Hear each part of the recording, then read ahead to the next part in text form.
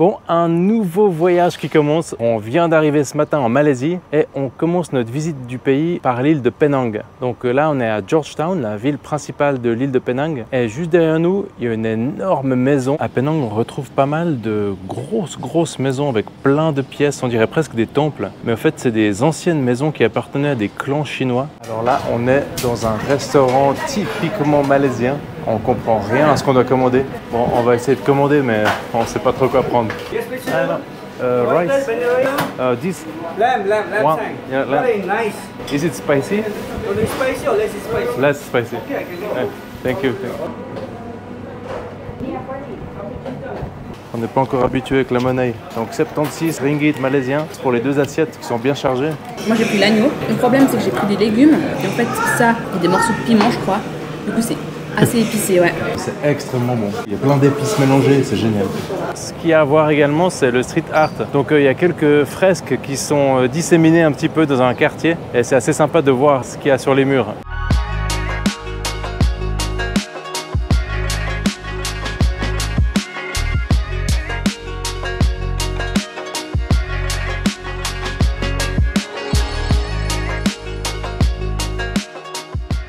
C'est notre premier soir en Malaisie et on se retrouve dans ces stands de street food. C'est incroyable, c'est super vivant. Toute la cuisine se fait en live dans des woks grillés. Il y a du monde partout. On va essayer de trouver quelque chose de pas trop épicé. Alors, Sandrina, elle a pris ça. Thai Lok Mi. C'est des nouilles. Ça, c'est de la vraie street food. Il a l'air pressé en tout cas. Spicy? Oh, not spicy. No spicy? No spicy. Okay, good. Please. Okay, and Squid. vegetable. Squid vegetables. And rice? Please, yes. So, all is 52 ringgit. Alors, ce que j'ai pris à manger, c'est des légumes, du riz blanc et du calamar. Il picote quand même pas mal. Hein. Ouais, t'arrives à gérer les baguettes là? Pas trop. Cet énorme shop, c'est un jus de muscade. Alors nous, on connaît la noix de muscade. Et puis autour de la noix, il y a un fruit. C'est trop bon, rafraîchissant. Et c'est une spécialité de l'île de Penang. Je vais aller prendre un dessert. C'est des petites crêpes comme ça. C'est fourré à la noix de coco. Et c'est très bon. On est dans un trichot. Alors un trichot, c'est un tricycle avec un chauffeur qui est en train de pédaler là, le pauvre. Et du coup, on se prend une petite balade à travers les ruelles de Georgetown, donc toujours sur l'île de Penang.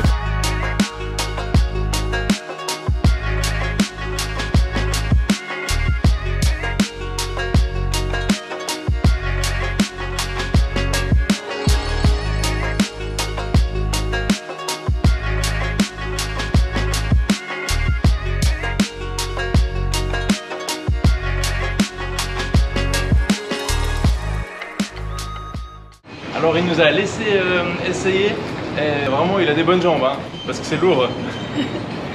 Je goûte un plat typique, c'est la soupe laksa. Il y a tellement de saveurs en même temps. Il y a du gingembre, il y a le lait de coco, il y a plein de légumes, il y a de la coriandre. Et à l'intérieur, il y a aussi des patates douces, il y a des nouilles. Et en fait, on peut en trouver à la viande, au poisson. Il y a des goûts de partout, c'est trop bon. À Penang, il y a énormément de fruits différents. Et là, on s'est pris 2 jus de mangue frais. Tellement sucré quoi, le goût de la mangue. Alors là, il fait très chaud. Il fait 33, mais je crois que c'est plutôt un ressenti de 53. Et là, on est en train de visiter le temple bouddhiste de Kek Lok Si. C'est le plus grand temple bouddhiste de Malaisie. Et c'est vraiment paisible de visiter ce temple. Il y a des fleurs partout, des statues de Bouddha, des couleurs, il y a une petite odeur d'encens, il y a un petit peu de musique, toute calme. C'est ultra reposant d'être ici.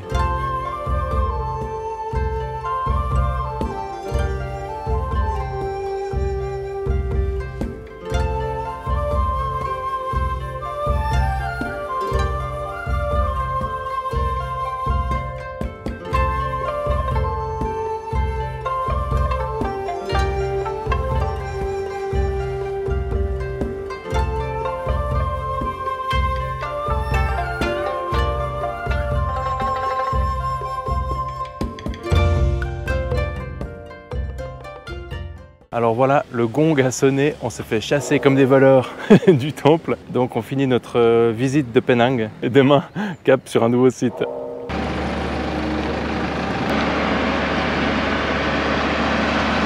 Un nouveau jour en Malaisie et là on est dans l'avion, on quitte l'île de Penang et on part sur la côte est pour les îles Perhentian. Alors là on a pris un avion, ensuite on va faire à peu près 1 heure de voiture et ensuite à peu près 40 minutes de bateau pour nous amener dans ces îles qui sont, on a entendu dire, paradisiaques. On va aller vérifier ça.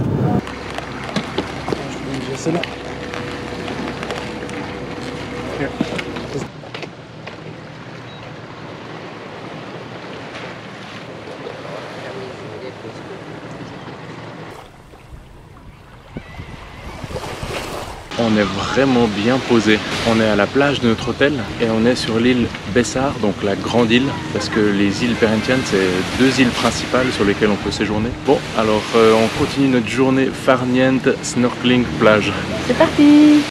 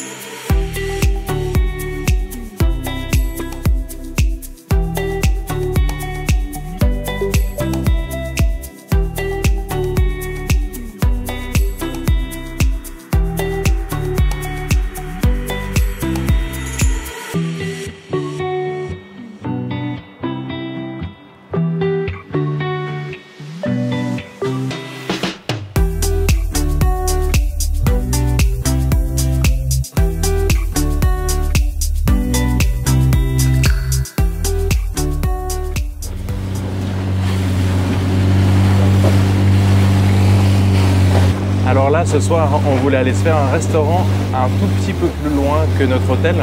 Et au Perhentian, ce qui existe, c'est les taxi-boats. Alors, on prend le taxi, sauf que c'est un bateau. Ça nous évite de marcher sur un chemin jonché d'insectes, araignées, varans et on sait quoi d'autre. Et du coup, c'est beaucoup plus rapide.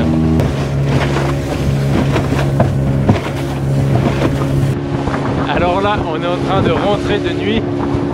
Et on voit rien du tout, ils sont forts hein, pour conduire comme ça dans la nuit. Chapeau. Nouvelle journée ici et on va faire un tour de snorkeling. Je crois que je vais faire le snorkeling avec un t-shirt parce que j'ai le dos vraiment qui est brûlé, rouge, violet. Bon, c'est parti pour ce snorkeling.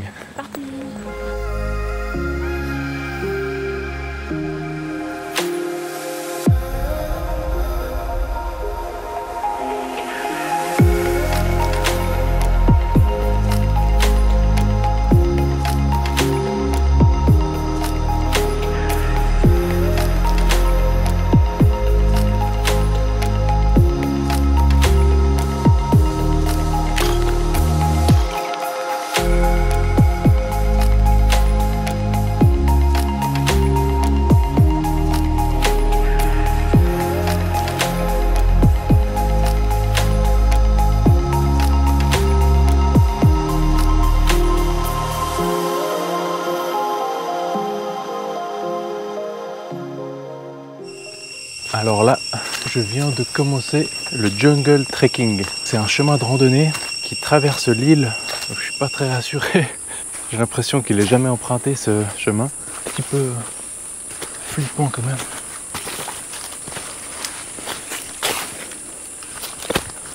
J'espère pouvoir voir des animaux.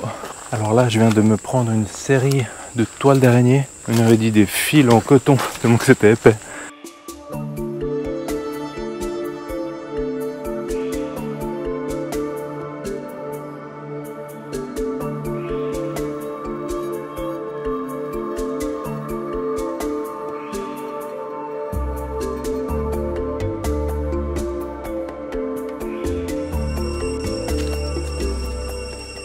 Nouvelle journée sur les îles Perhentian et ce matin on part faire un snorkeling trip sur les îles Rawa. Donc c'est des îles qui sont un peu plus loin. Apparemment il y a des beaux coraux qui ont été bien préservés. On se réjouit, il fait beau, c'est trop cool.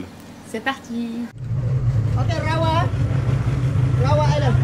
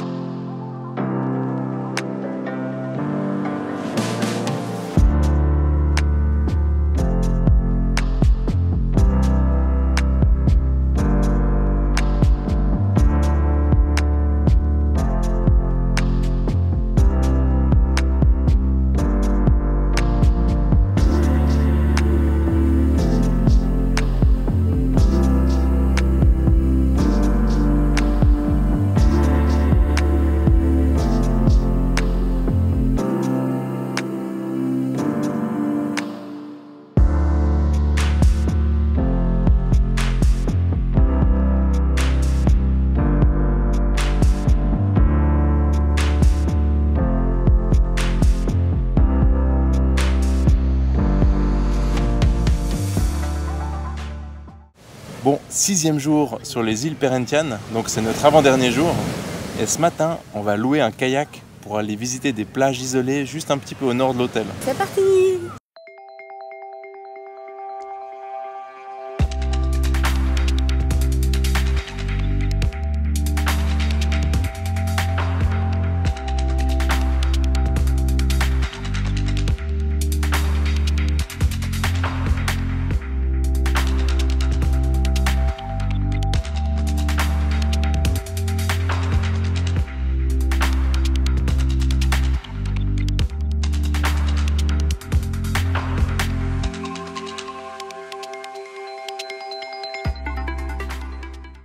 Bon, ben, toute bonne chose a une fin. Il est venu le temps de quitter cette île paradisiaque. C'était vraiment incroyable. C'est magnifique, c'est trop beau, c'est trop relaxé. C'est le paradis, ouais. Les vacances des vacances.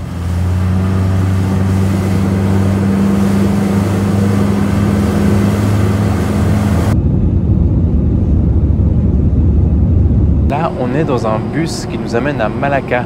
Donc c'est à 140 km de Kuala Lumpur et on a choisi un 27 places. On est super bien posé et c'est parti pour la prochaine destination qui est Malacca. On se dirige vers le temple Cheng Hun Teng. C'est le temple chinois le plus ancien de Malaisie.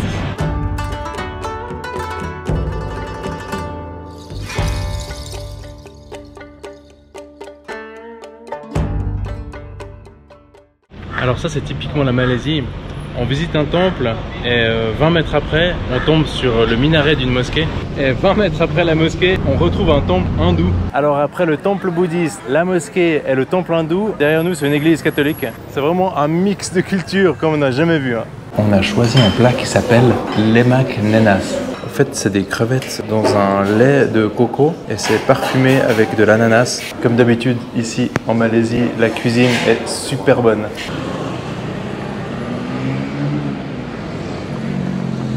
Donc Malacca, c'est aussi célèbre pour ses conducteurs de trichao. C'est assez sympa et eux, c'est leur métier, donc on le paye pour faire ce tour de 40 minutes. Et chaque trichot a un thème. Et nous, on a pris le thème Hello Kitty. Et on peut choisir la musique. Alors Sandrine, elle a choisi Rosalia.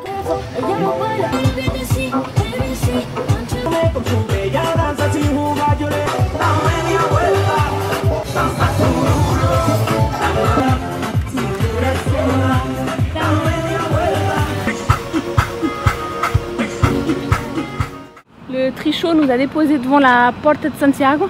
Donc c'est un vestige de la colonisation portugaise. Alors cette forteresse à Famosa avec la porte de Santiago en bas qu'on vient de franchir a été construite par les Portugais en 1511 quand ils sont venus les premiers ici sur Malacca. Ensuite les Hollandais sont venus, ils ont combattu les Portugais, les ont chassés et ils ont amélioré, élargi la forteresse pour eux-mêmes. Et 2 siècles plus tard, c'est les Anglais à leur tour qui ont vaincu et qui ont chassé les Hollandais.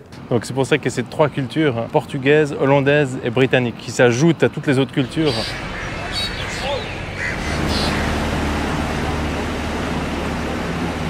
Alors à Malacca, il y a une rivière qui passe et on peut faire des tours en bateau dessus. Donc c'est vraiment du pur tourisme. C'est drôle. C'est super rafraîchissant aussi. Et voilà, on finit comme ça notre visite de Malacca. Deretan kedai yang diberi nama sebagai kawasan Jambusa. Kawasan ini adalah antara kawasan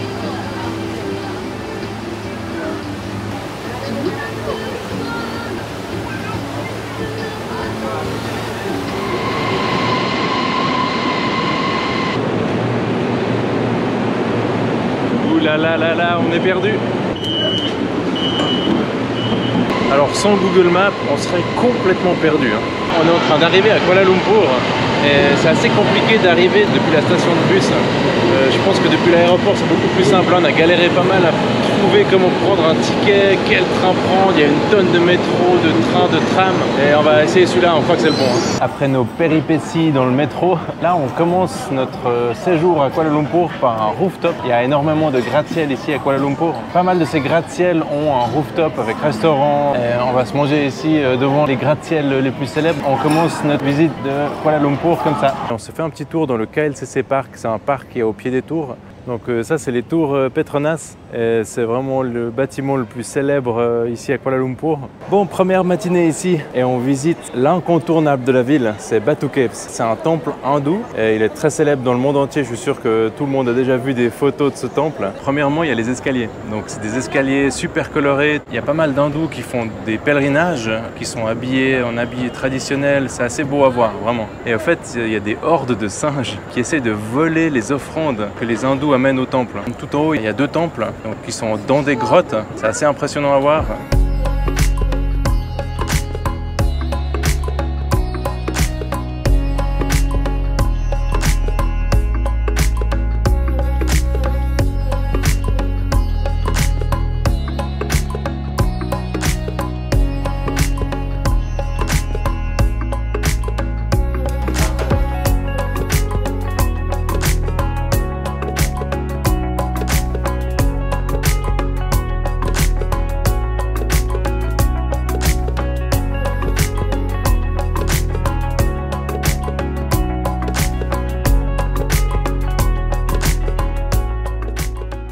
Alors là, on est dans un lieu vraiment historique et symbolique de la ville de Kuala Lumpur. Juste derrière nous, il y a ces 2 rivières qui se rejoignent. À l'époque des colonies, ils avaient découvert une mine d'étain tout proche d'un confluent boueux. Confluent boueux, en langue malaise, on le dit Kuala Lumpur. C'est de là que vient le nom de la ville. Et là, on est tout en haut de la Menara Tower. On est à 300 mètres de hauteur. Et d'ici, on peut voir la tour la plus haute de Kuala Lumpur et la 2e plus haute du monde. Elle culmine à 620 mètres de hauteur. C'est assez impressionnant. Sorry. Is it durian? Durian? Je crois que je vais goûter du durian pour la première fois. Soit on l'adore, soit on le déteste. Ça sent un peu fort. C'est un mélange de fruits, de melon, de fromage. C'est comme une pâte, c'est un peu de la crème à l'intérieur. Ouais, c'est assez spécial. Hein. Alors, je peux pas dire que j'aime pas, hein, mais c'est pas hallucinant. Bon bah voilà, c'est notre dernière journée à Kuala Lumpur et notre dernière journée en Malaisie, mais on ne se laisse pas abattre par la chaleur et l'humidité. Et on commence par la visite d'un temple. C'est un temple chinois qui a été construit en 1989.